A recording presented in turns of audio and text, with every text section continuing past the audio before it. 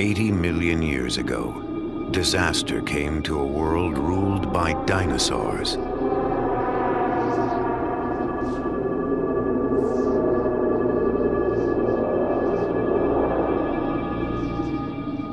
It came in waves of sand and wind that buried every creature alive.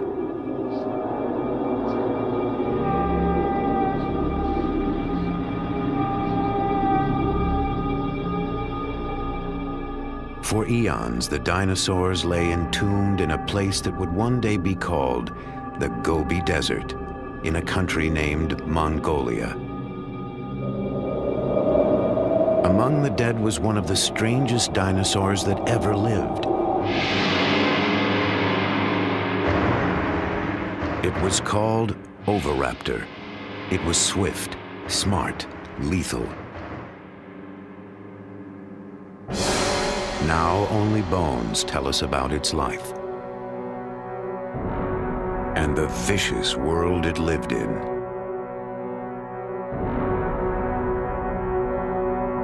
The bones have given us a glimpse of those ancient times.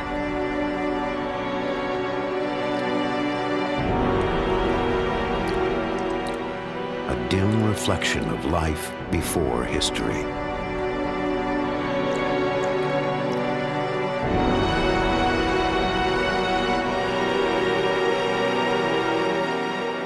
But there is more to the story.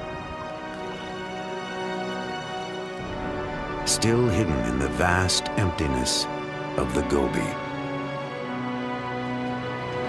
Now, an ambitious expedition is traveling to that distant desert to uncover the secrets of the Oviraptor's world.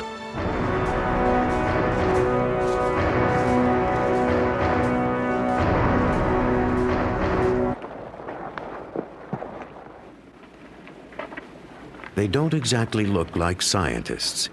Often they're mistaken for each other. But Mike Novacek leads the expedition, along with colleague Mark Norell. They could be taken for surfers, but they're from the American Museum of Natural History. Scientists piecing together an ancient jigsaw puzzle of evolution and extinction. To me, it's so obviously important. I'm so emotionally bound up in this. I can't imagine why a knowledge of our history, of where we come from, isn't important to a human experience.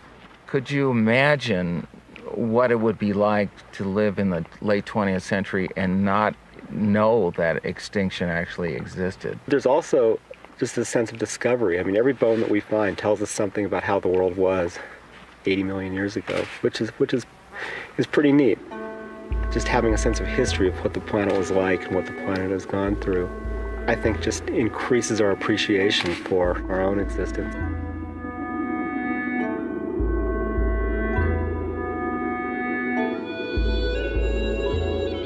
Mike and Mark are about to journey to the sun-scorched badlands of the Gobi. It's a desolate area, 500,000 dusty square miles of sand, scrub, and red rock cliffs.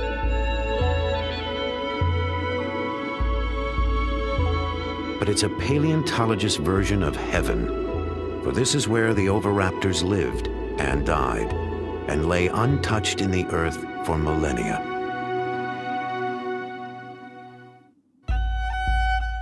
Then in 1922, one of the most famous scientific expeditions in history wound its way toward Mongolia's dinosaur graveyard.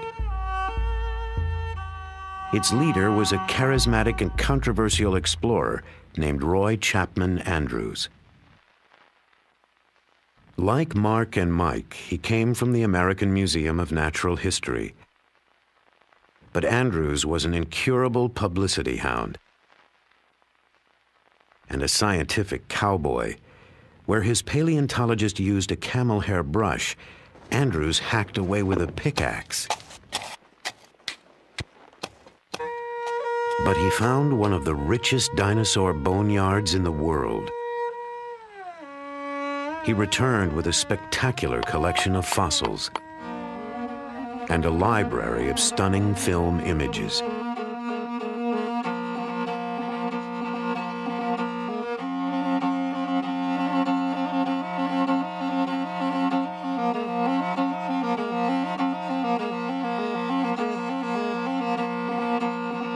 But in the 1920s, communists seized power in Mongolia. The open door to the West slammed shut. For the next 65 years, the fabulous fossil fields of the Gobi were forbidden territory.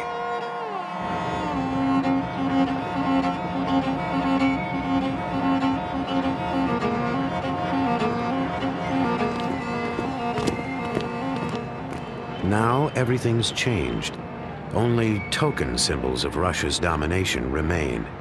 Finally, Western scientists can return. We don't want those onions. They rot. They rot in 2 days. So I don't know what Mark and Mike were among the first scientists allowed in.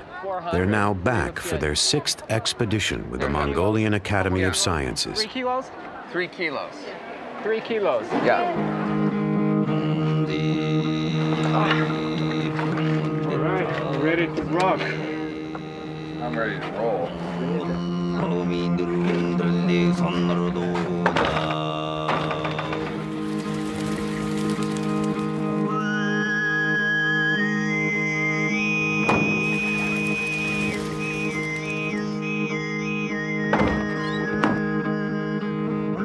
They have just enough supplies for a short month and a long way to go, retracing Andrew's footsteps on their way to one of the richest concentrations of fossils in the world, a place called Ukatolgad. Over a vast span of time, Ukatolgad was ruled by dinosaurs. Dinosaur history can be thought of as a great empire that lasted a few 100 million years. That's a significant slice of the history of life. Imagine that time from the moment the dinosaurs appeared till now is a single day. At midnight, dinosaurs first walked the earth. They're flourishing at noon. They don't go extinct until 5 in the afternoon. Time passes. The first modern man finally appears a minute and a half before midnight. All of our recorded history takes 3.5 seconds.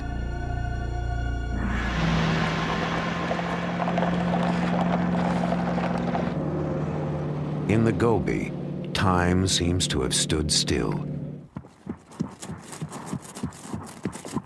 The Gobi is such a big place, and it basically has no life support system. We really have to bring everything with us. So all our food, all our fuel, which we're carrying in a fuel tanker, all our supplies have to be treated like we're actually exploring a polar region. In such a vast area, success is never certain. Even getting there can be a nightmare. Roy Chapman Andrews thought he'd solved the problem in the 20s with a new piece of technology. When it was announced that we were to attempt a scientific exploration of the Gobi Desert with a fleet of motor cars, men said that we were little less than fools. Only camels had been used in that country. We had 40 men, 8 motor cars, and 150 camels to carry supplies. It was the biggest land scientific expedition ever to leave the United States. Roy Chapman Andrews. From China, Andrews headed northwest. He left Peking, then crossed over the border, and drove deep into the parched heart of outer Mongolia. Mongolia, a land of painted deserts dancing in mirage. Mongolia, a land of mystery, of paradox and promise. A thirsty land, a land of desolation. Gazelles, wild asses, and wolves ranged the marching sands. Few explorers had been there, and they brought back tales of thirst, cold, and hunger. But Andrews found one more thing: mud. Our average speed was only 4 miles an hour. Rocks, ravines, washouts, and ditches followed one another in rapid succession.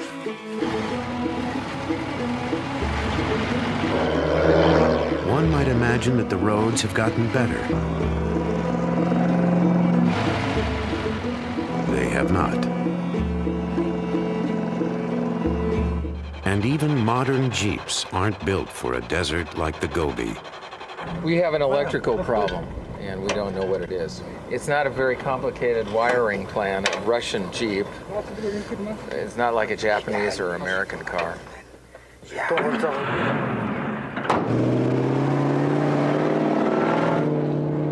They're up and running, but next, it's a truck's turn. Piston, huh? We think it's piston number 6. A critical breakdown could have severe consequences. End of the expedition is not the end of our lives. Maybe we'll make it. Oh, God. With the nearest gas station some 500 miles away and time already getting tight, things will have to go smoothly from now on.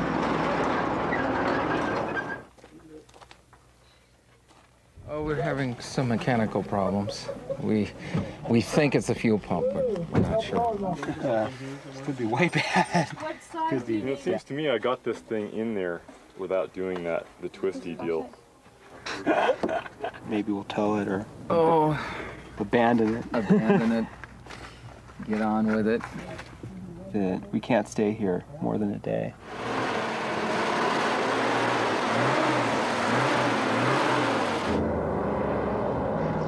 After more than 12 breakdowns, the vehicles all decide to run at the same time.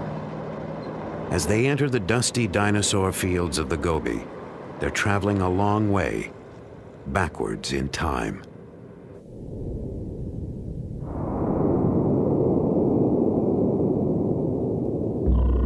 Dinosaurs first appeared some 230 million years ago in a world with a different face.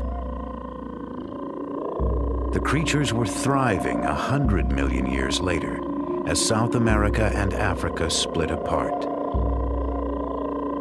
About 75 million years ago, in the late Cretaceous period, dinosaurs began to disappear, leaving only bones behind. Their bones were more motionless than the continents. Then in the 1920s, Roy Chapman Andrews came to a remote place in the Gobi Desert he would name the Flaming Cliffs.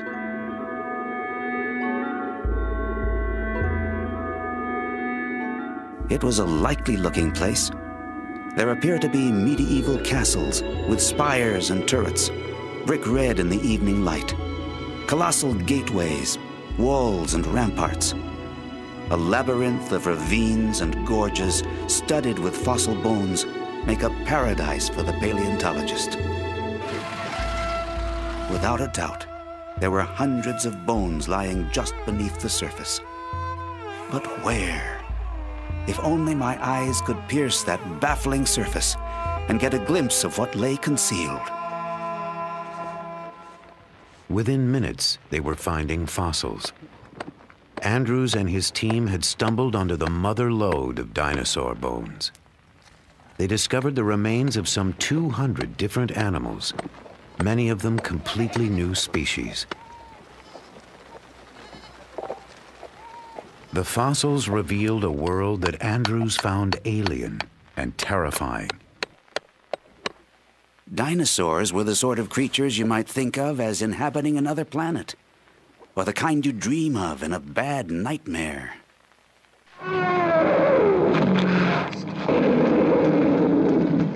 It was an image our culture nourished for generations. Dinosaurs were fierce, monstrous, and not all that bright.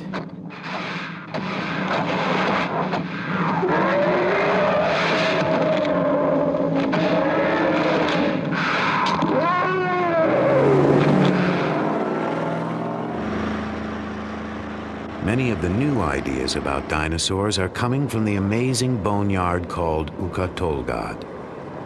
The team discovered the site 3 years ago, Now, to get to the dinosaurs, all they have to do is find it again. The maps in general are pretty lousy for the Gobi Desert.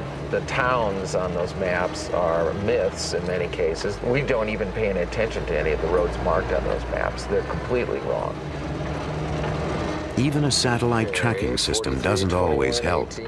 So the satellite may know where you are, but the road you need may be in a completely different direction.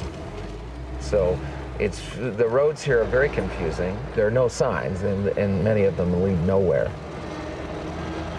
Mandalobo. Mandalobo is here. So we're gonna go like this. Yeah. We're a little off course. We're not really lost. We're just a bit off course. So we've got to go this away and that away.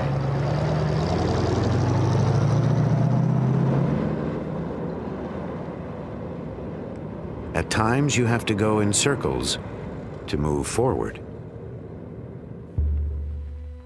Roy Chapman Andrews, too, spent more than a few days wandering the Gobi. But in the end, he blundered into a discovery that stunned the world. A member of his expedition literally stumbled across a critical link in the great chain of being. On July 13th, George Olson reported that he had found some fossil eggs. We did not take his story very seriously. Nevertheless, we were all curious enough to go with him to inspect his find. There could be no mistake. Our paleontologist finally said, "Gentlemen, there is no doubt about it. You are looking at the first dinosaur egg ever found."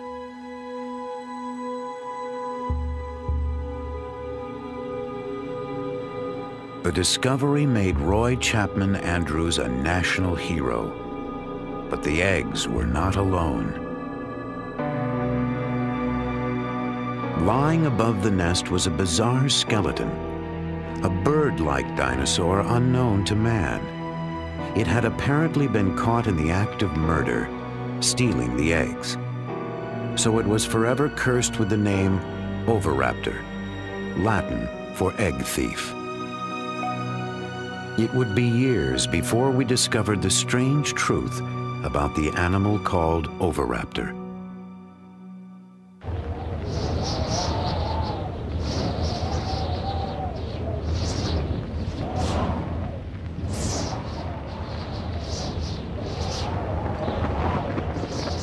In the late 20s, the winds of change blew fiercely over the great dinosaur fields of Mongolia.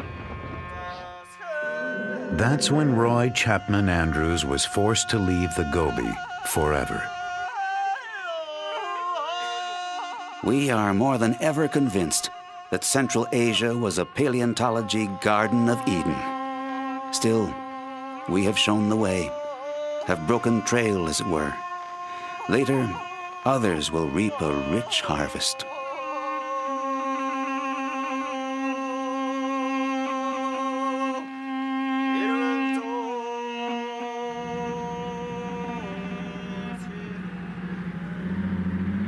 Decades later, Mark and Mike are hoping to find the treasures that Andrews left untouched in the sand. After more than a week in the blistering Gobi, they finally reach their goal, the brown hills of Ukhatolgad.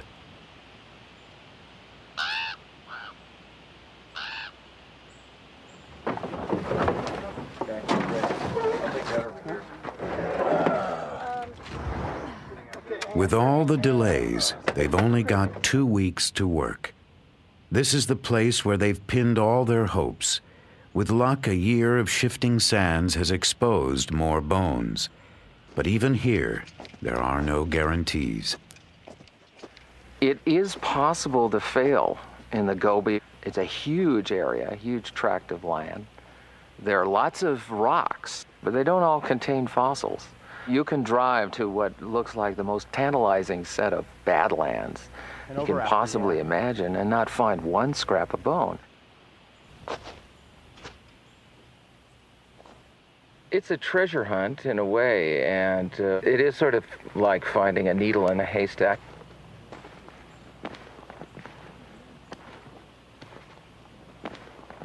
But on this day, discovery and elation are immediate.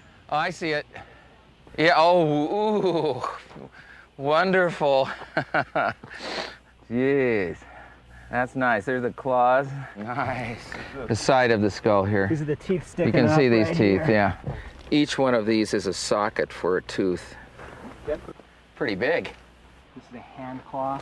Okay. Has this big thing right here on it. Retractor bulge. And it's a hand of an oviraptor. About medium. They've hit the jackpot. Among their first finds are oviraptors, the creature Andrews knew as egg thief. That's it. Nice. Yeah, this is an Oviraptor. Here's a big male.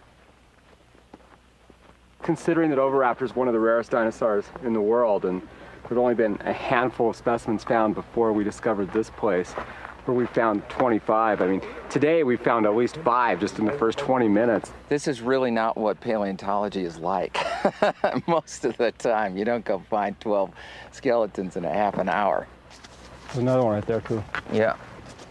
Each one of these little mounds of little white flecks sticking out there, that's the eroded rubble of The sands of Ukatolgad, moving toward a tragic destiny. I think this was an oasis 80 million years ago.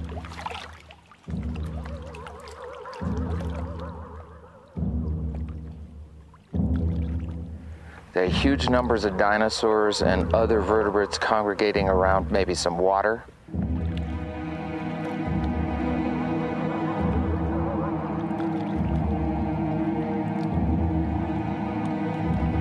And on occasions, not just one event, but on several occasions, these animals were buried in these sands. We'd have to imagine an enormous sandstorm or an enormous force bearing down on these creatures for such a disaster. Some of the dinosaurs almost look like they're trying to swim to the surface, much like a skier in an avalanche, caught in some cases in their struggle to get out of this sand avalanche or great wall of sand that engulfed them. Perhaps they suffocated in the sand. Hey, I just swept there. Now you've made it all dirty again. Take pride in my work. So next year we'll bring some dust busters. The prehistoric sandstorm buried dinosaurs at every stage of life. And on their first expedition here, Mark and Mike made an unprecedented discovery: a nest with eggs. And inside one was an embryo. The embryo of an oviraptor, like a dinosaur on the half-shell.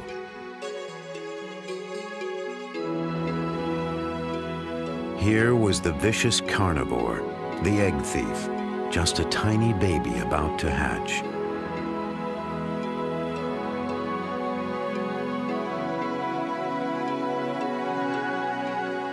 It was an important discovery, a secret moment in the very beginning of this strange dinosaur's life.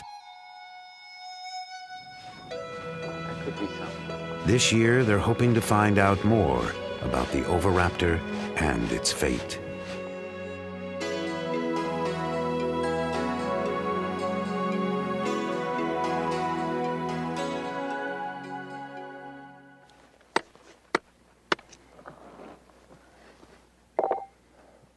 There's growing excitement on the far side of the ridge.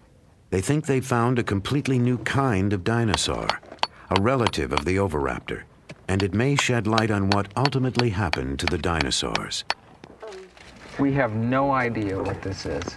It's a really big animal. It might be something new. This specimen has a lot of important implications that go beyond just being a really beautiful object, so it's exactly what we wanted to find. We hope. The skeleton is what's important. Mark and Mike believe that these bones may help prove an exciting theory, that some dinosaurs actually evolved they evolved into creatures that are still alive today. The bones tell the story.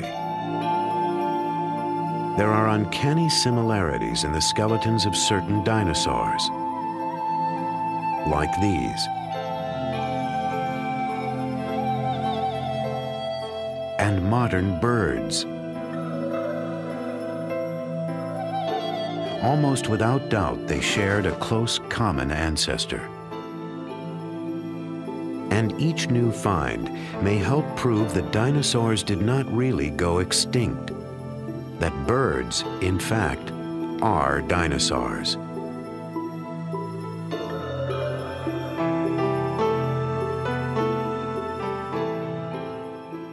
Dinosaurs need to be thought of as incredibly successful animals that exist with us today. We just call them birds. Our skies are filled with dinosaurs.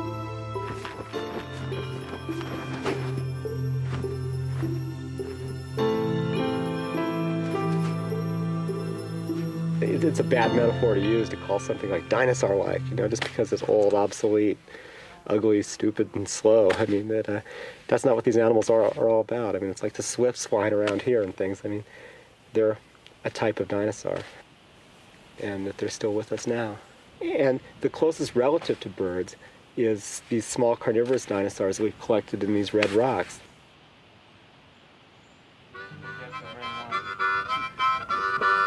At day's end, hopes are high that this new find will help connect the dots between dinosaurs and birds.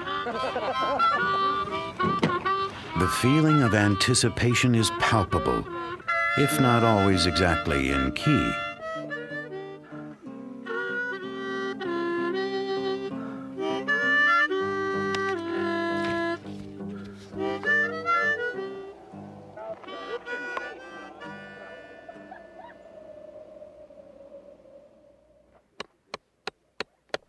First thing in the morning, they're back at the site. So we hope we got something we can identify eventually. So Mike, work on that. Kill that beetle while you're at it. Here we go, Mark. Okay, pry it out. As they pry the rock open, they sense trouble. Yeah. Hello. Look at that. Yeah. I don't know what that is. We're a bunch of scutes, maybe. I'm afraid to say. Could it be a theropod with arms? No. Well, there could be, but there's...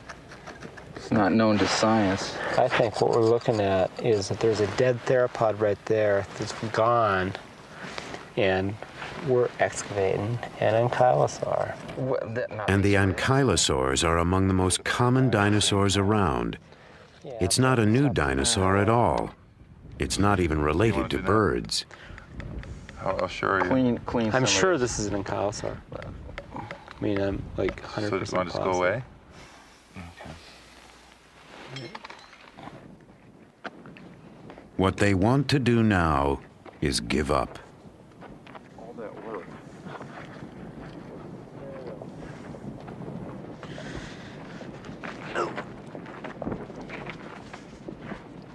Today, the dinosaur hunters have tracked down approximately zilch. Well, you win a few and you lose a few. That's just... I don't feel too good right now. I'm tired. They've spent 2 fruitless days working in the blistering heat. But tomorrow will be another day. With any luck, a better one.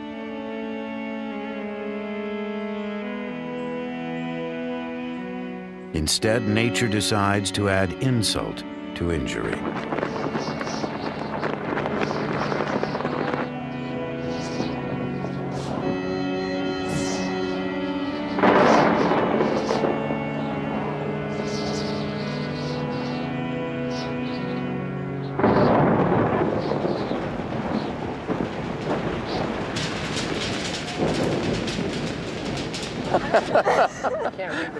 As Mongolian would say, Ik Boro, it's raining. Sounds like I'm bored. Yeah, it sounds like I'm bored, yeah.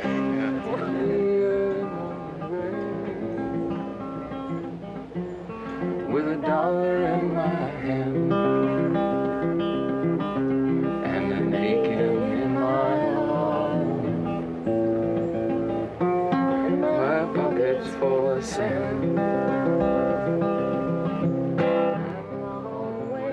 The sun burns off the disappointment. It's a new day and a new dig. This find is not a new species. It's not related to birds, and it's not an oviraptor. But it probably was the oviraptor's prey. It's an animal called Protoceratops. They called these guys the cows of the Cretaceous. They were sort of everywhere. They roamed around, they think maybe in herds. And it's full of spikes. We actually call it spiky now. Yeah. we've sort of bonded with this one. These are the eyes and the snout. So we're looking at the skull from the top. These are cheek spikes and the frill covering the neck here. This will kind of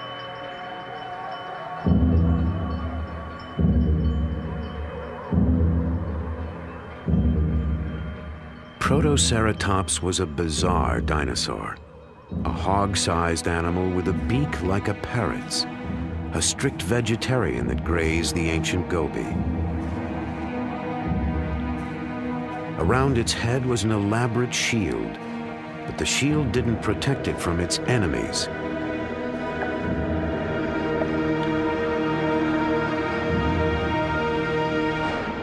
Enemies like the oviraptor.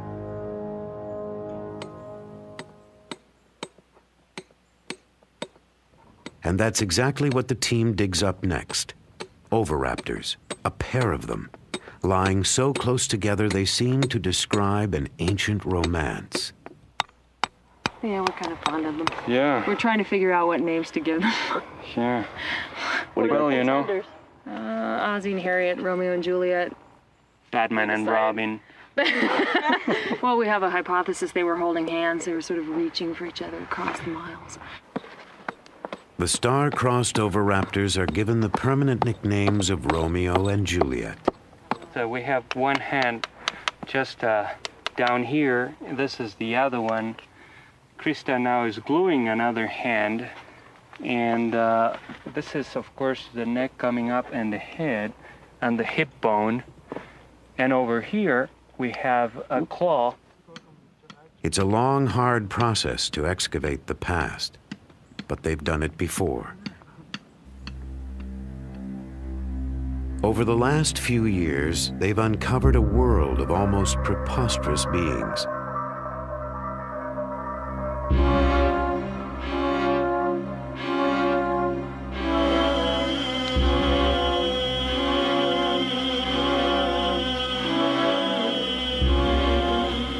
Some are related to birds. Others are even related to us. Our tiny ancestors, mammals that lived alongside the oviraptors. Most of these mammals were small, like early mice and shrews. But these insignificant creatures gradually evolved into all the mammals of our world. The cats, the aardvarks, the whales, and even human beings.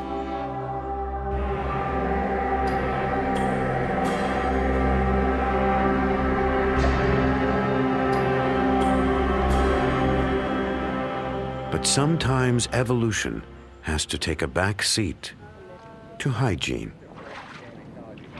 We don't have much water here, so it's kind of hard to keep things clean. I thought I packed more shorts. For some reason, I messed up. I've got these on delicate. Yeah, personal grooming is a passion of the camp here.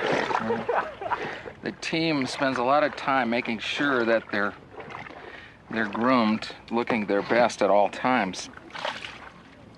Because you never know, there may be some formal affairs in a nearby village that you might need to attend.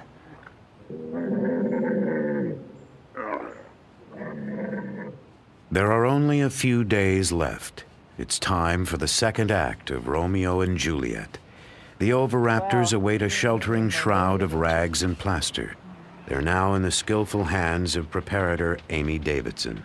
I love skeletons. I actually never was that into dinosaurs as a kid, but I've always loved bones. And I have a background as a sculptor, and I've always admired the skeletons that we all have inside us as some of the most beautiful sculpture on Earth. And these fossil skeletons look almost as well preserved as yesterday's camel skeleton, but they're a dinosaur, you know. These fossils are forever.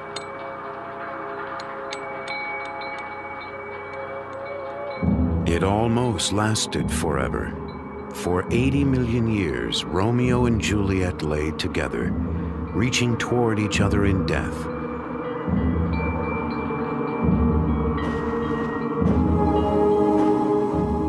What were they like in life? Did they hunt together, share food with each other, fight with each other? Or was this love among the oviraptors?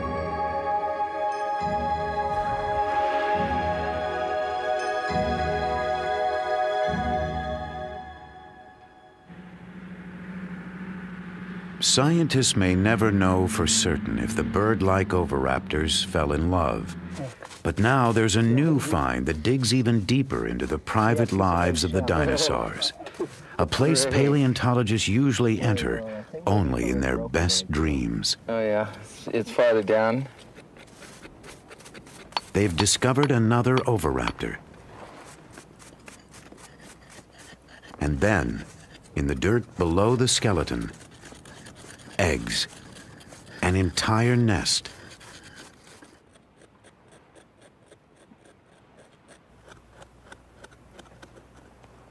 How many eggs now revealed? 1, 2, 3, 4, 5, 6, 7, 8, 9, and then 3 over there, 12. 12 eggs. All right. There's another one coming out right here.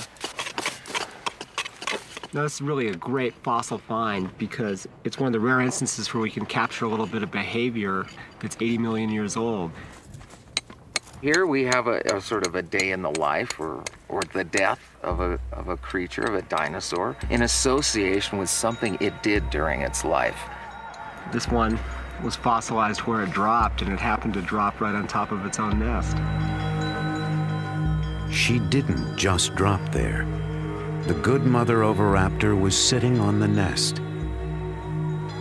They probably brought food to their nest, as birds do. And the good mother tended her eggs. Like a bird, she prodded them into a circle. The fearsome carnivore of the Gobi was parenting. So the story of the dinosaur named Egg Thief has finally come full circle. The oviraptors watched over their eggs and took care of the nest. Now they will never be seen as simply nightmare creatures again.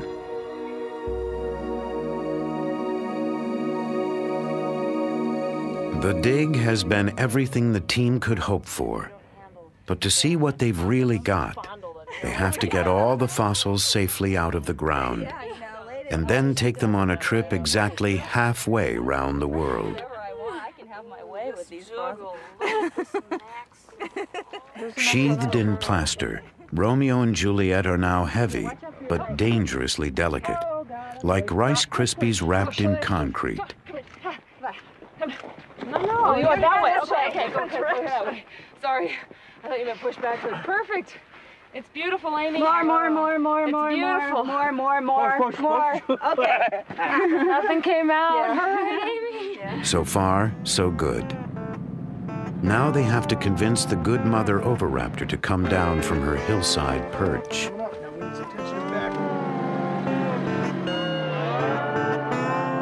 It's like moving a grand piano off a cliff.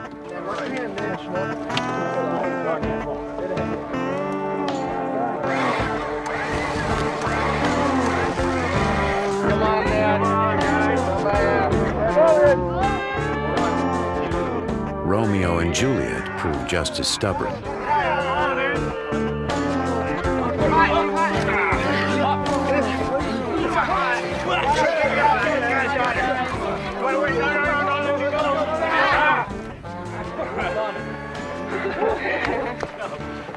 I'm happy. Just drive slowly, please.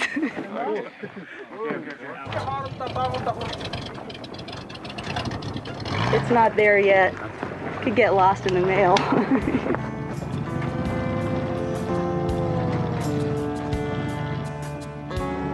They do get lost in the mail. The good mother oviraptor and Romeo and Juliet are trucked east. And then they disappear, lost somewhere in China.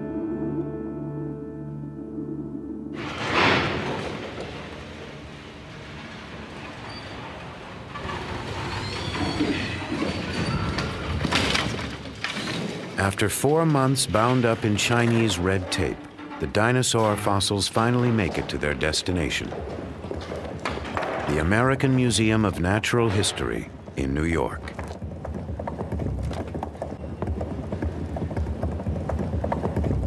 The first arrival is Juliet. She's headed for Amy's lab, where if all goes well, they'll find out what ancient secrets lie beneath the recent coat of plaster. I'm really glad this is here. This is great. From the summer in the Gobi to the winter in New York City.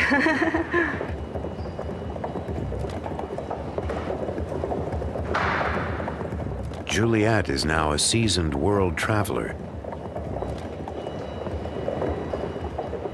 After 80 million years of repose, she's the new kid on the block.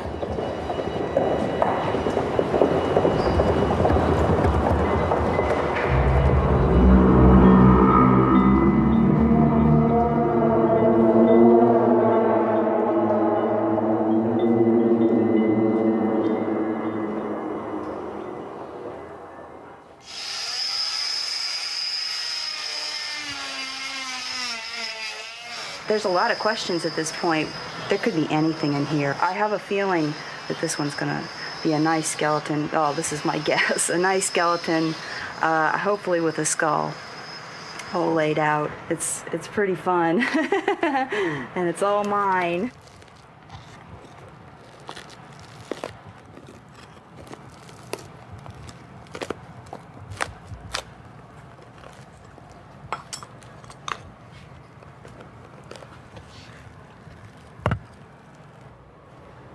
It's a tricky business. Millimeters make all the difference. Yeah, this is good. I'm really glad I didn't saw through a bone in the process. It's weird. It's just opening this little window into this world I was living last summer. Yeah, this looks good.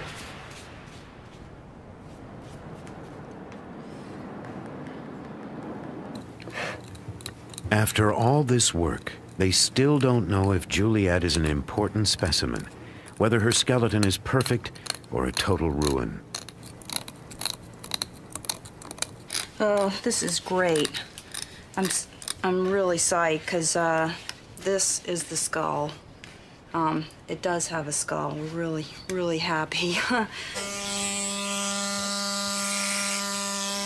I like it, you know, working late at night. It's really hard to go home because I just look at it and say, I can't believe this. It's traveled 80 million years and halfway around the world, and it's sitting here, and you know, it's a dinosaur. Working late tonight? And it's so beautiful. It's the more I work on it, the more you see this natural sculpture. My work just sort of disappears and this beautiful thing comes out of the rock.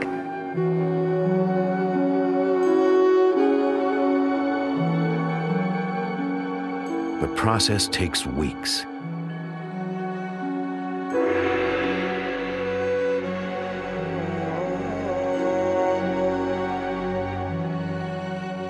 Finally, Juliet is revealed in all her splendor. She's everything they've been hoping for. Perhaps the most perfect specimen ever found. A dinosaur for the ages. It's a beautiful fossil. In fact, I mean, I think that this is probably the best prepared and the best preserved oviraptor that's yet been worked on from our expedition or even anywhere in the world. I think we're going to have to be able to relish in the fruits of last summer for many years to come. Makes you wonder what's still out there. She's more than a pretty face. These bones will help us trace the evolution of dinosaurs into birds. Meanwhile, Juliet makes a scientist dream about the world she left behind. I think what fascinates me is the broad picture. What was it like if you were flying in a little Piper Cub over that area like some of the bush pilots do over the Serengeti? What would it look like then? All those dinosaurs and the mammals and the lizards and the goby. After 6 long summers, Mark and Mike have uncovered the hidden secrets of the goby, making Juliet's world feel almost real. You could picture a lake, perhaps, and some cliffs, and a bunch of oviraptors on a cliff like a colony of seabirds, perhaps.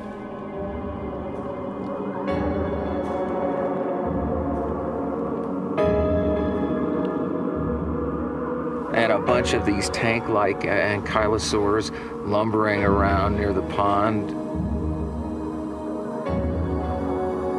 And perhaps a herd of protoceratops wandering through, and every once in a while, a vicious velociraptor coming over the hill to nab something.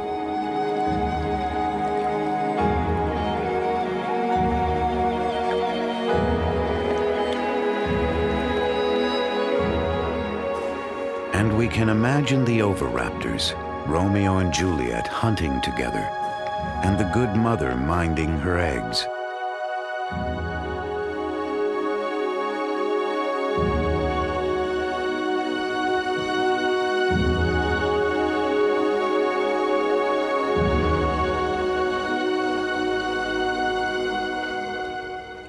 Unnoticed in its low station is our own ancestor, a tiny, tense creature lost among the powerful beings of the ancient goby.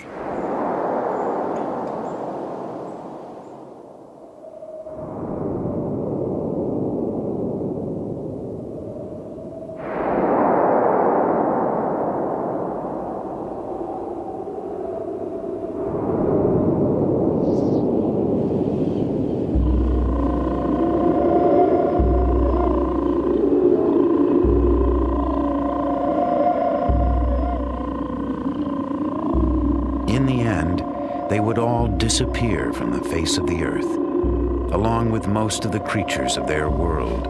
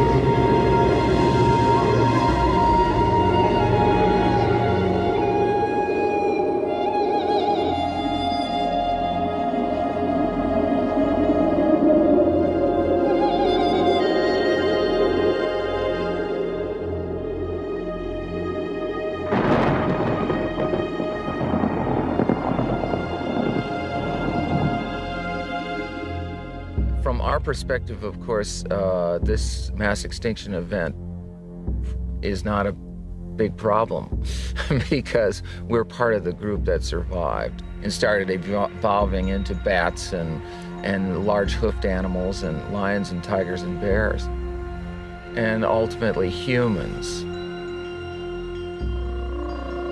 Ultimately humans, like the oviraptors and most of the dinosaur kingdom, may not be able to count on permanent residence on Earth.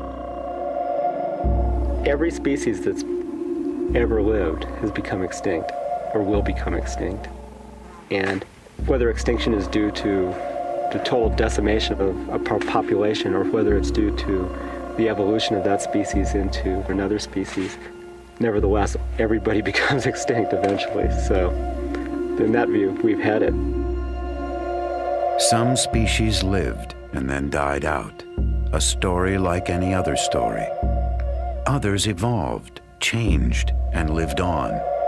So perhaps a message about our own future is encoded in these silent remnants of the past.